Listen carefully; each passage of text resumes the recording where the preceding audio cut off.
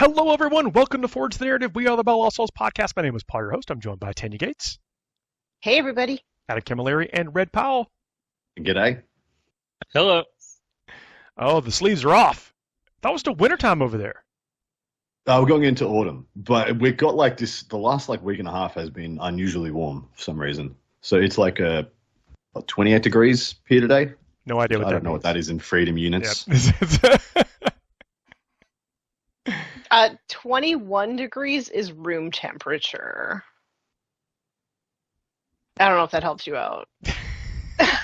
Celsius to Because I also We will Fahrenheit. figure don't that know out freedom later. units. We have the It's like- internet. We have computers in our pockets. It's 83. Welcome to the show, everybody. We got some cool stuff to talk about. Painting links. Basically, painting accountability is a subject that we were talking about in the pre-show. And I need a little help too. I mentioned this before, but I feel like my life is now base swaps on Eldari, building bases, swapping out bases, and touching up where inevitably little things go wrong. I do want to share how I'm taking some of these metal bases to the metal models with the tabs and slotted bases into the modern world.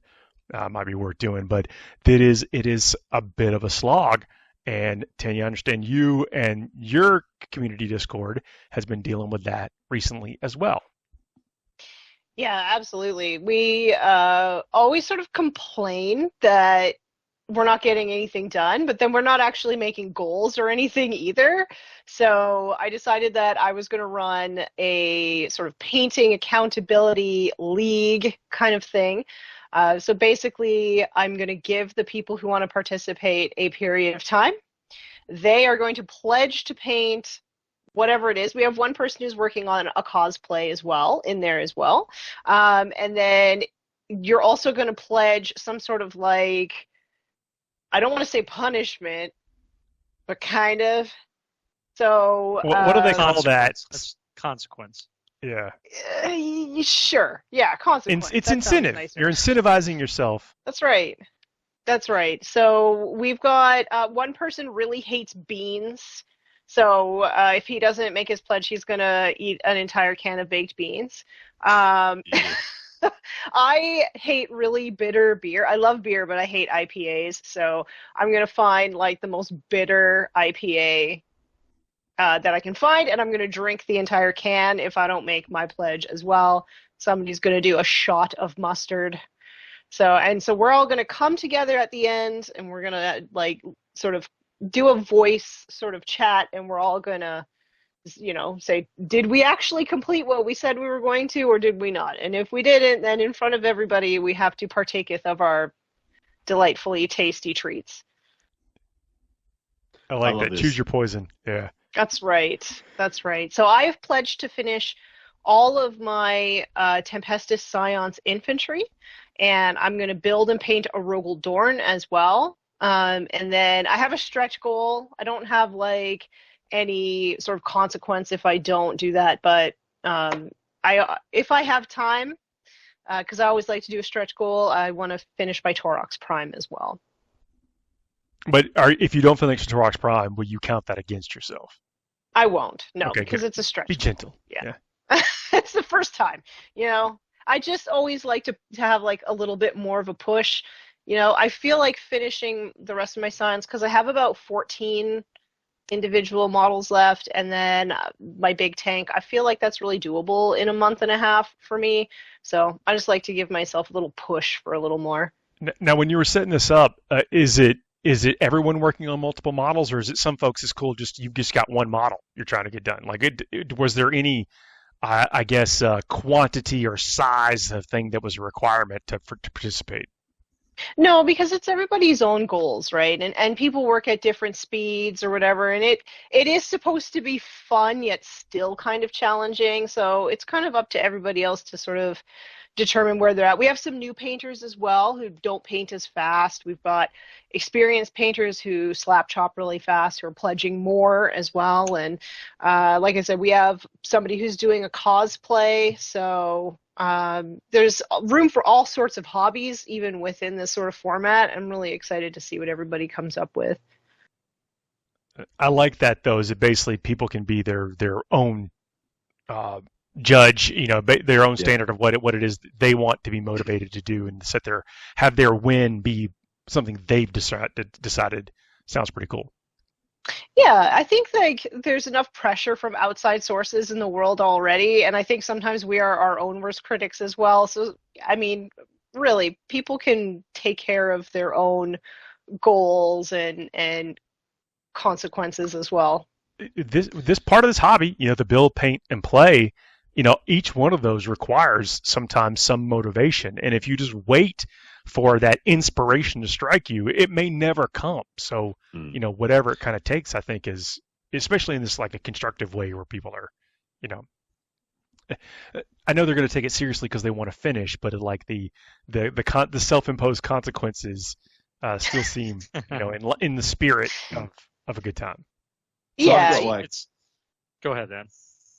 I was going to say, your own critic thing, man, I fight that all the time. I've got like 200 painted Cadian Guardsmen, and there was about 20 I did while super sleepy studying at college, and did not scrape the mold lines well, did not do a nice opaque base coat for one of the colors, and man, those guys are in the bottom like dungeon of my hobby room. They're the first to fix bayonets. They're Dude, I've got 200. I don't even need those guys to fix bayonets. Like, they don't even see the gaming table. And of course, it's 20 guardsmen when I've got 200. So what am I going to strip and repaint them? No, I just painted 20 more guardsmen and moved on with my life. Yeah, and for me, I am really motivated by events as well. And where I live, we don't actually have that many events. So I needed to find some other form of motivation in order to get painting because I don't really want to chase the meta anymore. So I just want to like continuously sort of work on more and more pieces that I've got in my pile of shame and sort of amass this huge collection so that I don't have to be constantly stress painting for events. Like maybe I'll only paint one extra thing instead of like 3 things in a month, Well, I mean, if you're dedicated to a faction, though, still like when you have some spare, I don't say spare time, like it's, whatever. But when you sit down, like I really like to paint something. If you just have a squad that you just paint because you want to, you will get to use it eventually whenever you want. It's done. Like once it's done, it's done. Hmm. Yeah, and I went through and I inventoried all my stuff, and I have over like 80 to 100 points of guard, and I think only half of it is painted. So this is a problem that I really need to work on. 4,100 points of guard. It's well, you told us about that guard a few weeks ago with your you've got them all like taxonomied out or whatever by. Yeah. Okay, that's cool. Yeah, which is actually kind of nice because I don't have to think about what I'm going to paint a new unit, right? I've got them all sort of separated out into their little like organizations, and each one has its own sort of color and heraldry and stuff like that. So I don't have to think about that aspect of things. I know in years past we have talked about accountability partners and things like that, but I think it really does sometimes help in things like that. For whatever it is that helps you manufacture that motivation, whether it's posting pictures online to just whatever the wide world web. I know I didn't say that right, but or to one person like, hey, how's it going? I know I competed, and I'll use the air quotes to paint some Gretchen against another guy who was painting the same amount of Gretchen, like who could finish first, of those things, and whatever it takes, and then post pictures so you can see each other's progress and kind of stir you on. But that's really cool to have, that little bit of extra momentum and incentive to do some of this stuff, because this world is competing like all over the place for our attention and our time and our efforts and our dollars, and sometimes you don't always get to spend those things with stuff that you love because you feel like you're getting pulled somewhere else. And I feel like anything that helps bring you back into that moment of joy is a good thing, even if it's under the guise of a competition, or someone, helping you ride you to get to the end. It's like your own trainer, kind of thing. It's like the Rocky. He's like, go, So. Yeah. And I think too sometimes, there's people who just really don't enjoy the hobby aspect as much as other people. And when they have goals, like, of course, they're still going to paint their stuff, but maybe it's like a bit of a slog. And maybe knowing that you're sort of in it with other people who are kind of like struggling in the same way as you, maybe that gives you a little bit of comfort as well. I know that there's a couple people in this painting league who kind of look at the hobby like a necessary evil. So hopefully they feel a little less alone in this journey. You mentioned, chasing the meta. I think most of us have been there. Maybe people that are listening have been there. It's like, I'll pick a unit. Centurions are real hot right now. I guess I need 9. There's, you know, like, well, I only had 3 because I really like the unit, and now we've got, 6 more to paint, our models within models or whatever. I think we've been there, but finding ways to spark it to get it done is, I think that's a cool idea. And I've been doing it in chunks of 500 points because I find in 500 points I can get like a couple vehicles or a big vehicle or a character and like an infantry squad. Like I can get a variety of things in 500 points. So for me that's been really good. Like 400 to 500 points at a time, and then I don't know what it is, but putting that much like finished painted stuff on the shelf all at once feels really, really good to me. Super satisfaction. In the FTN Discord, we actually you post a picture of your shelf, and I'm working on my shelf. For me, and not to segue us for a second, but like I'm starting to like it's starting to not like sit right with me that my finished stuff is next to my unfinished stuff, and I want to put those in like opposite corners. So I started working on a shelf that you can kind of display, kind of just alternate storage and stuff, just so it's there to see, and I can walk by, go, I've done this stuff. I'm proud of this stuff, and adding more to it is, when you're like, there's a blank spot right there. Now I can fill this blank spot with another painted unit. Yeah, I do have a few like sort of spots left. I used to have 2 shelves of guard, but now I'm going back and I'm like revisiting some of my older paint jobs to sort of bring them back up to my new standard. And so now I only have 1 shelf of like actual finished painted guard stuff. And so I do have 1 shelf that's quite barren, kind of at the bottom, but for the most part, it is all painted and it looks so nice all together. You hear that, Adam? She's bringing her older models up to the modern standard and not relegating them to the bottom shelf. Well, aren't you spent? That's, Aren't you just? I am not hobby shaming. That's awesome. That's good. Good stuff. I look. If I go back to the guard, 100%. Like I would want to do that as well. But yeah, moved on. Greener pastures. Playing knights now, baby. No, speaking of the events in motivation, is that is one of the things I do. Like I'll get a unit up to like maybe 80-90%, and then when it's time to go to an event, I'm like, you know what, that unit needs some squad markings, or they need some transfers or something. Let me spend the night before doing one detail on these 10 models, and it doesn't feel as oppressive when you're trying to get 1,000 point, 500 points or whatever. You're just doing something that is truly ornamental and something that 3 feet away pop, kind of thing, is a little bit of motivation. I like to do absolutely nothing the night before an event.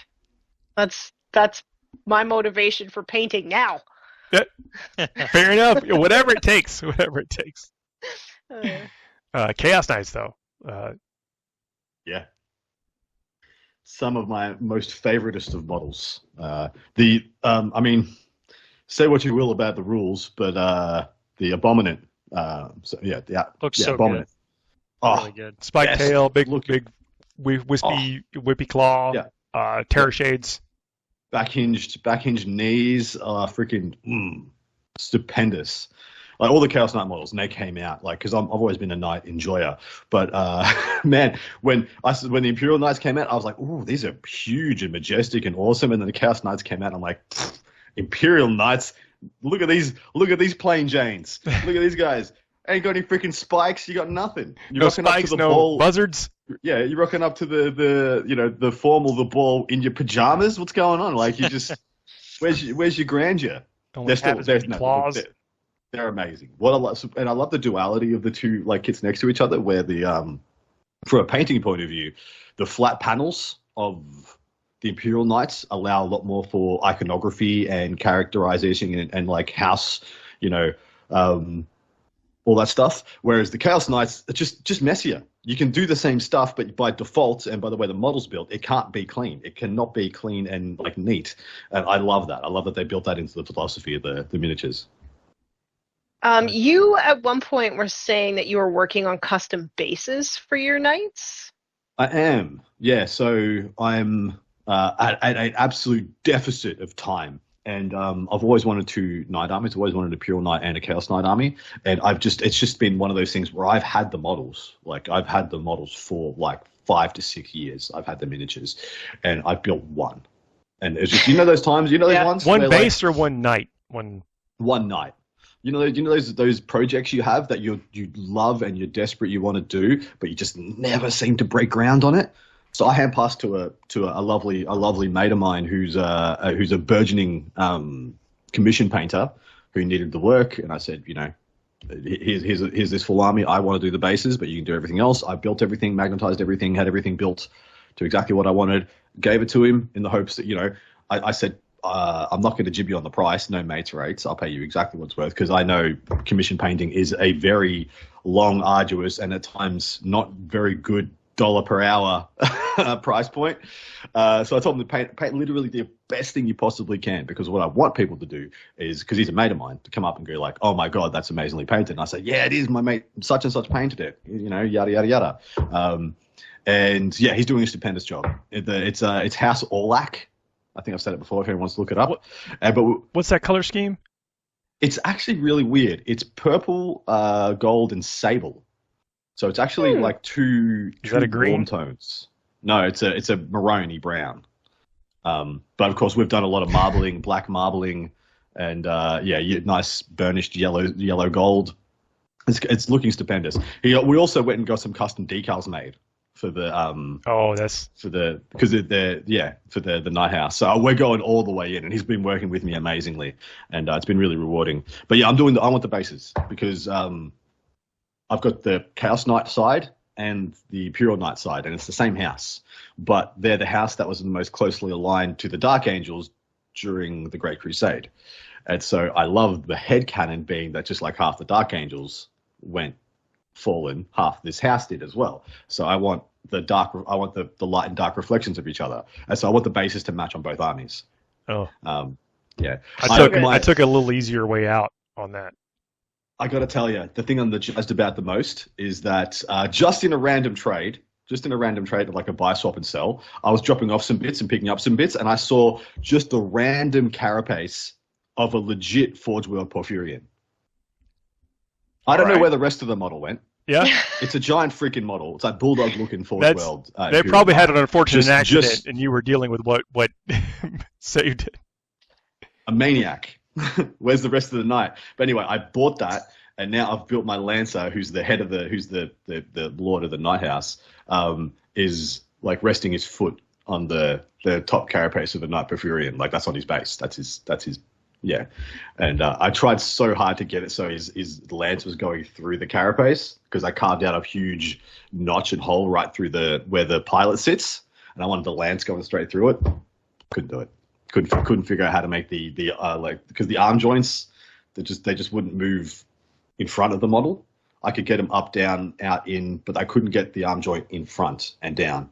In addition, once I did, when I got it close enough, it blocked so much of the miniature. Like the whole front of the model was blocked by the lance, and I was like, I'm taking away more than I'm adding by doing this. I think that self-edit is strong. That's actually it is. That's really cool. Yeah, I mean, because the lance is a whole topic on self-editing. Yes, I mean, because the lance what we talk about models. Yeah, legitimately, the lance on the Lancer is almost as tall as the Lancer. And so when you have that thing going in and then all the way up, the whole like face, I would have to completely change the oscillation of the face and then the torso, and then I'd have to readjust the arm again. I was like, nah, stuff it, cool. He's just got his foot on it. Cool, we're done. It's like a giant tactical rock. Which.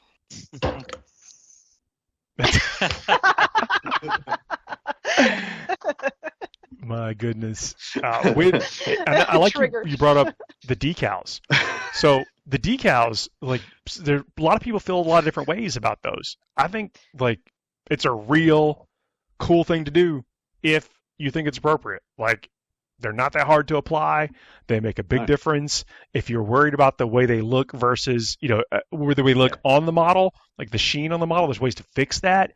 They actually take paint. You could paint over them if you use them as like a stencil, if you even wanted to. Like there's a bunch of different ways to make them blend into your model in a way that's more pleasing to you. And there are some amazing ones out there right now. Absolutely. There are some great people who are making ones that are stupendous. I have yet to see, and I mean, this is no shame. I've yet to see someone making ones as good as the Forge World, like Legion ones, but that is like $1 billion company with $1 billion company's resources versus old mate with his printer in his shed. There are ways to print enough. your own too. I mean, like to custom, like if you were a designer to design your own. You get the right paper, you get the right covering, all that stuff. Yeah, it can be done. And yeah, decals just add so much. Like so much, and I cannot be bothered 99.8% of the time. Look, well, I mean, you're just talking about how you didn't have any time, right, to build this. So are you really going to print all that stuff at home? Have you ever tried to deal with a printer at home? They never work. Yeah, I do. Used to have some terrible printer luck. Had to change ink cartridge, always new printer. My partner and I went out and we bought a $300 printer, which supposedly was a great printer. We looked up all the reviews and stuff like that. It has worked once. In 2 years of owning it, it has worked once. Oh. But look, this is part of what this conversation is about. It's about, trying to find ways to prioritize the whatever aspect you consider the chore. And I think what Tanya, what you were talking about in the beginning is a way to add that bit of social aspect to it, that bit of friendly rivalry / competition / motivation into it, and that all helps as long as you want to do it. I'm not again, this is not about the meta chasing where you have to paint to compete to live, or whatever. I mean, if you want to do this part of it, then even on your best days, you might still struggle to find the inspiration and that oomph, that lift to do it. But what you're describing is a way to help alleviate that, one way to do it. Until that doesn't work anymore, then you find a different way. Yeah, I think that with any goal, though, you just got to make sure that you don't set yourself up for failure. So you got to make sure it's a smart goal. I have seen and heard of people pledging far too much in far too little time. So, you want to make sure that it is a bit of a challenge when you set this goal, but not an unachievable challenge. Be kind to yourself. That's right. Well, push yourself. I just think as far as communities go, it's a great way to build the community. It's a great way for the community to engage, to follow up with one another. And having, Tanya, like you mentioned, like the ability to see 500 points being built at a time, and for the community to be able to share in that, I think it's really important. I think that whether it's a community that's just started or a community that's been running for a while, things like that, the little ways to engage with one another outside of just playing, because there is a lot more to it than just games. I think it's pretty crucial. I'd say it's vital. And it is a way to be a Warhammer fan. We're not even talking about always having to play games either. Like this is just a good thing to do if you enjoy the model aspect of it. Let's take a quick break. Thanks for that topic. That sounds awesome. Let us know how it goes. Keep us posted on everyone's progress.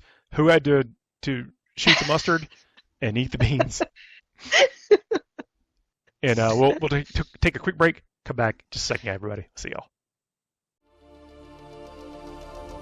FTN is brought to you by Discount Games Inc. Please visit them at www.discountgamesinc.com. And don't forget to ask Jay about ways to save even more on your hobby projects. Hello, everyone. Welcome back. Thank you very much for checking out our sponsors. Please do. They really help support the show, keep the show free for everybody, keep everything running behind the scenes, and just absolutely delightful people to work with. So check out Discount Games. And I know the message says, message Jay about stuff to basically get your pre-orders in, do more on the hobby, do that. It's serious, and a lot of cool stuff is coming out. There's been, I think about all the stuff for Horus Heresy, the Emperor's Children stuff. Like, this is stuff that has existed, in our brains, and it's finally get it in physical in your hands. In addition, Red was pretty hyped in the green room about the new Soulblights release as well. Which I got to say, Soulblight Gravelords is the models. Wow. The story behind them too, like, it's so compelling. Oh yeah, well, and we've talked about just how good looking Age of Sigmar is in general, and really, I think this stuff that they've come out with for Soulblight Gravelords is just the continuation of that trend, and that they really, I mean, I liked where they were already going. We saw kind of the re-up or the renewed version of zombies and whatnot from the Cursed City set, and then how it's picked up now.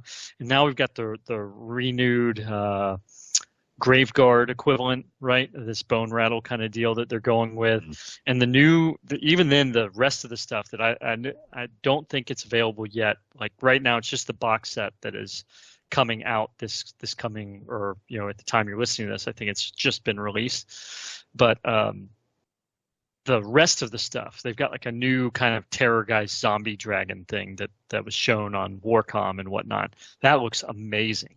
The new vampire on a steed looks amazing. I mean, it's just really good looking stuff that it's tempting. And like I said, or Adam, you mentioned in the green room, I have a whole old world undead army, and I don't want to change that over. And so it feels like, to do this, I would just need to start a new army, and it would all be that. I've got plenty of Cursed City stuff I could run with, but that stuff there's nothing like it. I can't say that I've seen anything out there. That zombie dragon, it's just something else. It's that good. Blood Knights are cool. All the werewolf stuff is cool. Like, I'm sorry, I'm an enabler right now.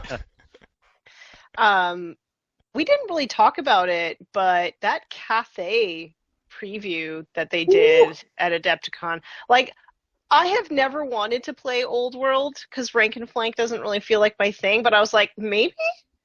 That stuff is all beautiful. When you pull off a side charge with a Chaos Lord, just feels right. But yeah, so it's taking every fiber of my being not to start Old World with Cathay, and also to not start a Tyranid army. Those are like my two big sort of challenges right now, is like not buy those because I really want to focus on what I have right now, but it's tough. The common consensus from what we saw at Adepticon after the shell shock of the preview was, those Cathay models, I want them. Yeah. How on earth am I supposed to paint them? They look that good. Yeah. Like sometimes you feel like the studio's doing you a favor by pulling a couple of punches or whatever. They pulled no punches. No, they did not do me any favors. When I saw that big hot air balloon thing, I was like, I need that. I feel like I need that for like the Eldari displays. Like, I feel like that. How cool does that thing look? Like, it's so cool. So yeah. Anyway, in this segment, I want to talk about getting ready for some tournaments. By the way, if typically I'm a lot more like relaxed and chill with this show, over here, where we're just chewing the fat. If I'm dressed in one of these collared shirts, that means we just recorded the Warhammer Meta Chasers. and so, where we? And if I'm dressed in one of these shirts, but if you're curious about what the meta is happening out there and some of the largest events in the world that are going on, and what people are taking, and the trends from week to week, you can go ahead and check out. It's myself, Adam Camilleri, and a guy named Dustin Henshaw, who do the Warhammer Meta Chasers. And we talk about those events and the trends and what people are taking, and it also helps us as we prepare. We're players as well, and it also may help you when we talk about specific regions that you might be from. Well, in addition to that, it also helps us a lot during the commentary portion of our other gig. So it all feeds into each other, baby. It's all an Ouroboros. These are the two hardest working fellas in competitive Warhammer, that's for sure. I'd like to talk about Warhammer a lot. but we also, at the end of that show, the Meta Chasers, we do something very silly, and I don't want to spoil it, but sometimes it does not have anything to do with Warhammer. But right now, we're ranking the best movies of all time in their various categories, and there are some Respective extremely genres. hot takes, some devastating takes. Yeah. Two princess movies went up against each other, and my heart was broken, shattered, destroyed. But coming up soon, going to be competing in the ATC. This is a tournament that has been in place for years now, over a decade now, I think. One of this basically vanguards of team tournament play in the States takes place in Chattanooga, Tennessee, and put on by, of course, a lot of people, but spearheaded by a couple of just some of the best folks you're ever going to encounter in this hobby. And this year they're doing 8-player tournaments and 5-player tournaments at the same time. They did the same thing last year. We're going to be competing in the 8-player tournament, which is decided it's different than a 5-player tournament. I mean, 8 versus 5, but how you construct your lists and your factions that you take is a little bit different, I believe. Feel free to, anybody challenge me on that if you'd like. But now we're trying to figure out what to take. What is it looking like? What are the best things out there? We know Eldari are strong. We know Aspect Host and the Devoted of Eniad are strong. But there are a lot of lists out there holding that down, and there are 3 or 4 types of lists that can be taken there and hold that down. So you might go on the bad ride with what might be arguably one of the best lists in the format, in this team format, because the players have agency in how you pair and what you pair into each and every round of the tournament. It's a long way of saying it's difficult. It's difficult to figure out what to take. Well, I'm really interested to hear about what the difference are between 8 and 5 band teams, because I've only ever done 5, and it's looking like I'm probably going to end up doing an 8. So what are the main differences? So the main difference is the pairings process, and also the depth of the faction pool available. When you're playing in some people say 4 to 5 player teams, you can pretty much more than half your team can be kind of taken up by singles-esque lists. The best singles list can be your 5. Yeah, some large portion of your 5-man roster. Yeah, correct. And if not, you can just do your whole roster as singles players, as far as singles style lists. When you get into 8, you have to compromise. You have to compromise on what you're taking, because a lot of the time that we know what the stratosphere, the meta has always been. There's very few times where there's 8 equally strong factions in the game. In addition to that, getting 8 players with faction proficiency on different things is also quite hard, because a lot of the time you'll have players who cross over. Like, there's a bunch of players. I'm going to an 8-player team event this weekend. Sorry, not this weekend, next weekend. And we had 3 players who could have played Adeptus Astartes. And so we gave Adeptus Astartes to the guy who couldn't play other things as well, who he's mostly just played Adeptus Astartes. So he's playing the Adeptus Astartes, and the other 2 of us, we had to switch on to other things. Despite us earning our way onto that team by playing that faction in different modes. And so you have to start making compromises in your team makeup, and then the pairings process kicks in. And because when you're pairing for 5 players, essentially, one team will put up a player, and then you'll match 2 in, and then one team will put up a player, and you'll match 2 in, and then everything else is kind of just falls into place. So it's really just a front-loaded system, whereas in 8-player teams, it goes way deeper and gets way more nuanced, just because every additional player you add after 5 is also is additionally a multiplier. Unlike the third to get picked list is paired against the last list. I mean, this one and that one. And yeah. What is in this mission? Are you still as good as you said on this stuff and that one and stuff? Oh, no. You need table pick to get that score. So we have to use you in this slot in order to draw that army out, so that our guy in the back end can get into this one and we can get a big win.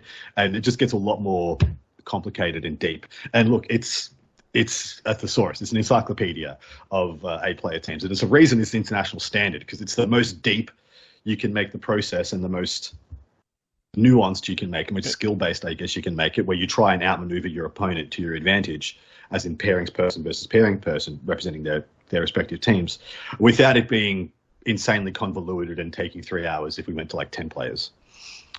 I also think that, back to that list comment, list choices, is some of these power lists as we know them out there right now use two factions Yeah, correct. to pull from, and where you can only represent one faction per player. Oh, sorry, you can only use one faction once per team. I was going to say that wrong. So the power list that uses two factions might dilute your overall power of your team because that faction is no longer available for another player to use on the team. Or the opposite.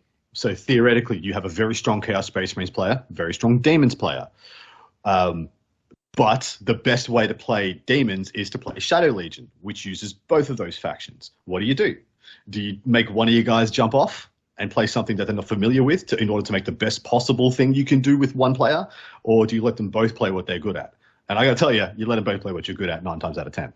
Unless that is like that faction is so much better and literally the best possible army in the game, then maybe you do it. But 9 times out of 10, you don't. You back your players to play what they're good at. But in 5 players, there's much less ability to dodge problem matchups than there are in 8-player teams. And so in 8-player teams, you can have more nuanced faction specialists. Like Australia's known for it. We're known for faction specialists because it's quite expensive to chase the meta in Australia. So a lot of the times you'll have people who just play their 1 or 2 armies, and because of that, they're absolute juggernauts on those 1 or 2 armies. But those 1 or 2 armies, in any calendar year, might be the best, worst, or otherwise army in the game. And so you'll find people, in Australia, New Zealand's another great example of it, who are just doing things with armies that you wouldn't otherwise have thought they could do. Sky's a great example of this. Ridvan Martinez. Would you ever, in a 5-player team, there's a lot more reason to ask him to play something else than there is in an 8-player team. Even though you still probably don't, because he's the best Drakai player in the freaking world. You still probably just be like, yo, you do whatever you want, buddy. How many Void Ravens you need? No problem. So Bobby, you got any more Void Ravens? You bring them in. Truckloads. Okay.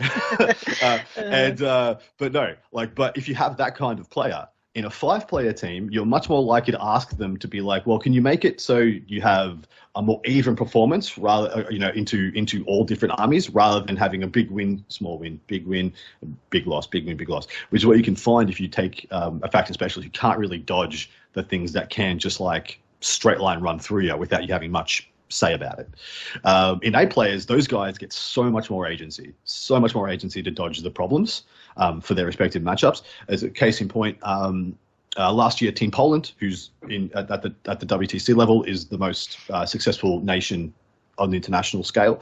They took Adeptus Mechanicus because they had a specialist player who could do things with Adeptus Mechanicus a lot of people didn't know or didn't see coming. And I guess the concept we have for that now is bird jail, where they take in excess of 30 Taraxi models and they just you can't leave your deployment zone because it's this one deep strike shoots and moves, next one deep strike shoots and moves, deep strike, and that's after turn 1, scouting, moving, blocking you in.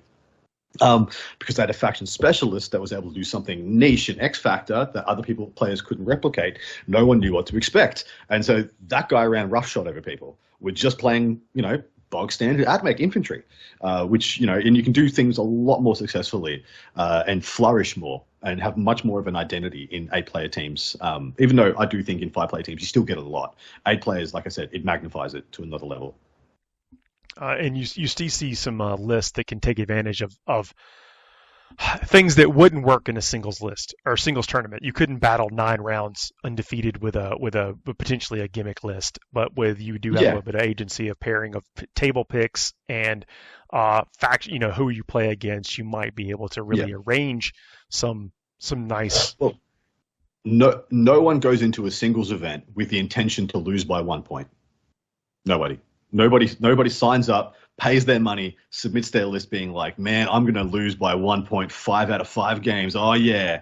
But in teams, that guy is your ace in the hole because that's as good as it gets. If you can – a lot of people are doing it with Awakened Dynasty Necrons. A lot of people are doing it with a lot of these durable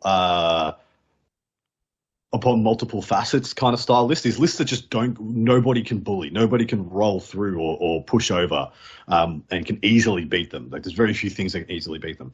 And so those are the lists that you want, and you need people on them with nerves of steel who can just be like, I don't care what I play, I'm getting points. And as if you could convince one of your, what Tanya did, what Red does, Most important players on every team. Everyone knows the guy playing Eldari, Astra Militarum, Savage Custodes is going to go and beat somebody's breaks off and get a 15 or a big win. But if you're if you're playing 5 players teams, if your 2 superstars on the best armies in the game go and get big wins, but 2 of your players give up big wins, well, you've net gained nothing. You've net gained absolutely nothing. And so it's the fact that you need to get big wins while not giving up big wins. And because you have a pairings process where you get to maneuver your strong lists into things that they're good into, when your opponent does that to you, because they also have as much agency as you do to make these things occur, you have to have the stauncher people with the stronger backbones and the rods of iron up their spines. Sometimes like, you're not pushing me in, and you're not going to get a big win. You need a player who can deal with close games, or one that is fine to lose 9 games in a row, 8 games in a row, whatever, but they're going to try to get those points that we're talking about. So they go up against what might be a titanic list, just a list that's known for knocking it out of the park, but they hold them to fewer points than they would have gotten against another player or another list. Case in point, the United States of America in 2018 won the WTC. They won the International World Championship of 40k. One of the best players in the world, Andrew Gagnon, who has won Nova at both the Invitational and the GT multiple times back to back. This guy's an absolute monster. He went to that WTC. He went and ate dirt 6 rounds in a row. Like, he got dumpstered. And the thing is, when you're playing 8v8 at that level, you have to assume somebody's going to have to eat dirt. You can't if you think that you can play 8v8 with their pairings having agency, you're having agency, and it's all just going to go your way. You're a lunatic. It's never going to happen. Never going to happen. Somebody's going to have to cop it. And when you can just turn to one of the best players in the world and be like, enjoy the bus ride, buddy. You're under it. Like, checks watch. For 14 hours today, you're under the bus, because these are 4-hour rounds at this event. It's 3 4-hour rounds that happen. So it's minimum 12 hours. And that guy, more than people out there, the big players going and getting maximum wins, that guy was more of a reason that they won than the guys getting the big wins that year. So that takes us to the ATC, July 11th to the 13th. They're doing a 5-player team tournament, an 8-player team tournament. There's also a kill team tournament there. It's in a great hall in Chattanooga. It's actually downtown in the I think it's the Marriott Convention Center, but within walking distance of some cool restaurants, some cool little cultural areas in the vicinity. And now Red and I are going to be on a team, and we got to figure out what we're going to take. Yeah. Oh, I know what I'm taking. Ain't nobody going to take that away from me, Paul. No worries there. Playing agents, baby. Yeah, I feel like you're a strong contender for that X Factor agents. You've been doing really well throughout the year, but I also think that's a list that actually really does do well in the team environment for everything that we've just described. I totally agree. Yeah, it is. I mean, I not only because I'm sitting here just pumped to be doing it myself, but also because it fits a lot of those things, Adam, you're talking about, where it's this thing that can just absorb a lot, right? And it in a lot of play and some of the other events I've been to, I'm really okay just being thrown at whatever. There are definitely some weaknesses to it, but at the same time, it's really hard to move all that battle line power armor that doesn't, it's not Space Marines, but it's power armor, and it's enough. In addition, very few people who play this game can put their hand on their heart and tell you definitively what Imperial Agents does. Seems reasonable. Seems there. Whatever. Cool. Plus this, plus that. Whatever. They're not going to be able to say to their team, "This is definitively how I expect this game to go." And so when you create that uncertainty and you wheel an army that is ostensibly by default X Factor because it's very low representation, and then you play in a defensive manner, like, you really get a lot of agency. You really get a lot of ability to dictate the game. The same way as that the AdMech, exactly what worked. Perfect example. It's like there's some tricks in there you don't have the reps against, and in a tournament like this, this is maybe your only time you're not gonna face it in the round before. It's gonna be a brand new experience for you, and that has some power in it. That concept, I mean, for sure. And it, as far as like, I've got some options as well. I think strong contenders are, of course, Blood Angels. Had to get that in. Bingo. Astra Militarum and Eldari. So it's going to come down to the other players of the team and then what they feel strongest about, and what we've got in certain positions, of expectations about what they can do. Also, what do y'all think about like 8 of the same archetype across 8 different factions? Like, I mean, we are the problems ones that just rush forward, or this is all shooting, like that kind of stuff. Yeah. I think it's a valid approach. I think that people, you see, I mean, and y'all, I know you've talked about it before, but team approach and like strategies as far as what you're going to do, and then to just be invalidated. Like we've talked about skewed lists before, but to have an entirely skewed team is a whole other kind of approach at a different level of it. And I think that it's to the same point of like how you hedge your bets with what's going to score what and what's going to save points where. Well, not everybody's going to be prepared to deal with a full-on rush skew if that, in that kind of case. And so I like it. I'm a fan. Deal with 80 assault marines, 3 times, and then. Yeah. Well, the concept of a skewed list, right? So we talk about a combined arms approach, and usually that's, if we had to say, that's a center line list where it's got a little bit of everything. You got some long range shooting. Let's say a knights list. You've got a couple of the autocannon knights in the back. You got a couple of war dogs in the front, and you got some autocannon or the Gatling cannons in the middle. So that's your center line. That's how I like to play, is just like a Swiss Army knife of a little of this and a little of that. Maybe that's why I usually am the person who has to eat the bad matchups in team tournaments. I don't know, but that's how I like to play. It's very interesting that, if you wanted to think about your most combined arms detachment available to your faction, most likely it's your index detachment. It's your Gladius Task Force. It's your invasion fleet. It's your, yada, yada, yada.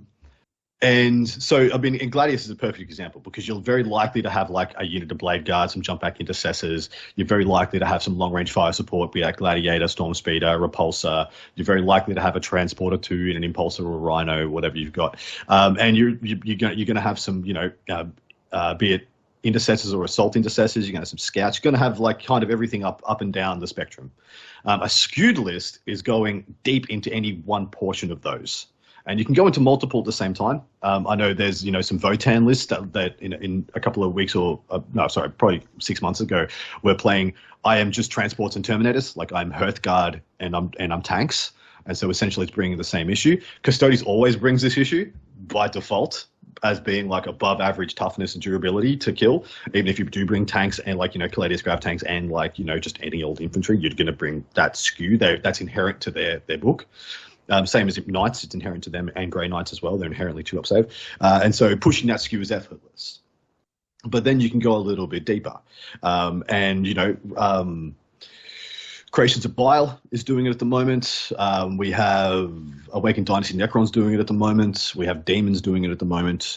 We have lots of others that are just pushing this like durability by numbers, via wound count. And that can be wound count in big beasties, like multiple Great Unclean ones, or it can be wound count in that I have 20 Necron warriors who are -1 to hit with a 4 invulnerable save that are going to, I can get like 3/4 of the unit back in one turn. And that's its own level of durability. Or it can be freaking Genestealer Cults who are just going to recur 20 guys. How about a whole unit? They're going to put it back in reserve. Yeah, exactly. Whole fresh units respawning into reserve. And those things are all, so if I had to say one thing, those skews are the evergreens. In every edition of the game I've ever played, there's always been some kind of that skew that has worked more often than not. And in the way that missions are played at the moment, that's the skew that results in the most points per game.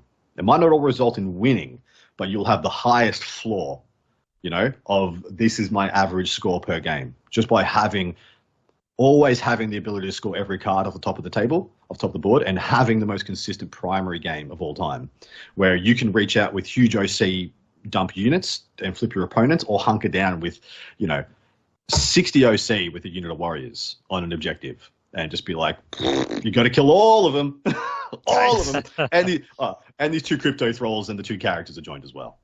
You know, and so yeah, there's a lot, and those SKUs you'll find, and everyone that I listed, you'll find a home for them in a team's lineup. Because you can hunt them and lean them away from the things that they're like anathema to, that are things that just counter them out of dint of existing. Like Eldari are finding quite a few counters out there. We've found quite a few counters out there, and Paul reeled off one a second ago. Chaos Knights is very strong into Eldari because there's only 3 to 4 units in the Eldari armies that are usually getting taken that will 1 activation kill a War Dog. Dark Reapers, Yin Khan, it's about it. Oh, sorry, not Dark Reapers, Fire Dragons, Yin Khan, it's about it. Dark Reapers won't do it. They're going to win on 5s. Because of that, if you just have 13 War Dogs and run at them, they're going to have the opportunity to kill 4 of them before 9 of them blitzkrieg straight through your army. Or the alternative happens, they just sit there on 3 out of 5 objectives and pop you with 13 Havoc launchers, which, whilst being indirect fire, are still D6 +1 into a unit of 5 Eldari miniatures. So it's going to be an average of about 4-ish shots that are going to hit on 4s, wound on 3s. And you got 13 of those. Yeah, you just burn down squad at a time. It's like, hey. You just start picking them off. Well, the thing is, right, if there's a unit of 5 Fire Dragons on the board and you kill 2 of them, does 3 Fire Dragons kill a War Dog? Nope. Likelihood not, especially not in if they're not in melter range, they don't have a chance. Yeah, there's so a that's what you do. Save, like, there's variants of the die roll, it's all exactly. So that's what you do. You're like, I'm going to kill 2 of your Dark Reapers, 2 of your Fire Dragons. I'm gonna take off a couple of your Storm Guardians, so that the thing that you in your army has the most objective control that you could use to flip my OC8 control is diminished and can no longer do that. And also, if it comes out and it's within 12 inches and below starting strength, you have to test Battle Shock. Because of your army rule. You're trying to make your army rule matter as well by just popping them all with the Havoc launchers. And so there's the counterplay. If you know everyone in your team, in your 8-player teams, and because they're going to be taking 8 lists and 8 factions, very likely Eldari is going to be one of them. Well, you want to think about that's part of what I'm thinking. This is in theory. We have a couple of months to try to figure this out. There could be many shifts. Who knows? What's going to happen. We don't even know what Emperor's Children are going to do in the meta yet. Things like that. But I'm Eldari in the what's that?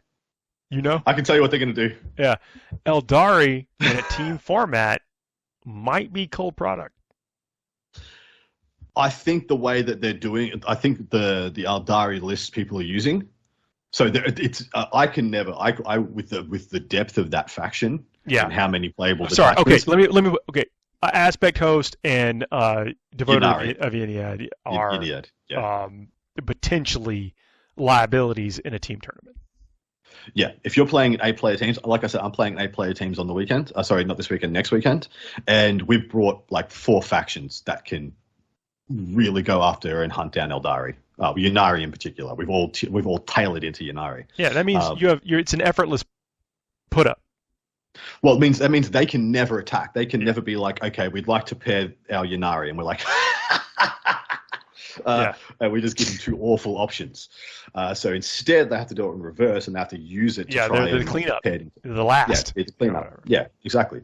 So, what was I saying? Jump.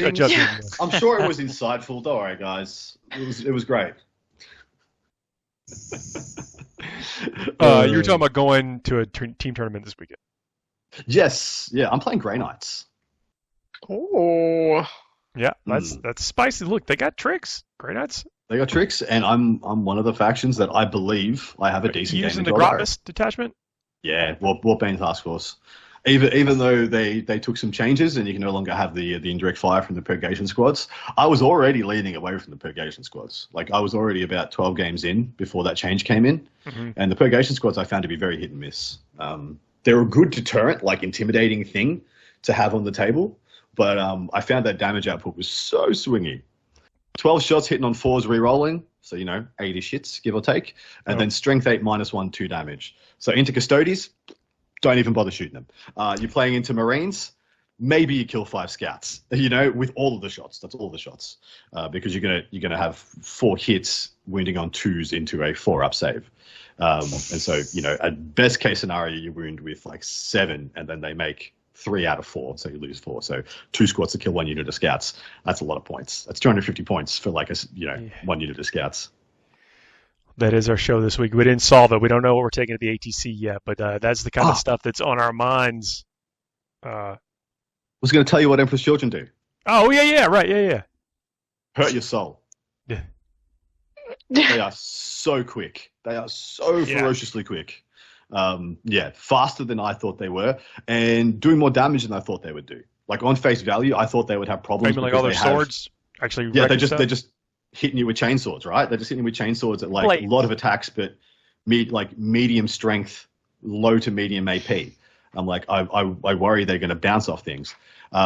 Turns out, like, Noise Marines are just like probably the best anti-infantry, one of the best anti-infantry killing units in the game, which, wasn't too hard a stretch of the imagination to consider. And then the rest of the army is just really, really well put together. It's just a very strong trading army that at any point can go from 0 to 100. Who remembers Kraken Gene Stealers in 8th edition? Mm-hmm. Still have nightmares. Yeah, that's the noise, Netanya. That's it. That's right. That's it right there. That's what they feel like somewhat. Like, they'll just stage up, and wait for 2 cards to come out that give them like max points for sending on you, and then here's 2,000 points. Just handle it all. I can't wait. I know people are big fans of that faction. I cannot wait to see what they put up with. Maybe we talk about some lists next week. But that is our show. It's been a pleasure hanging out with y'all, talking Warhammer. Please don't forget to like, share, and subscribe. Leave us those 5-star reviews. Maybe pick up a FTN t-shirt. They're awesome. We'll see y'all next week, everybody. Have a great night. There is. Bye, everybody.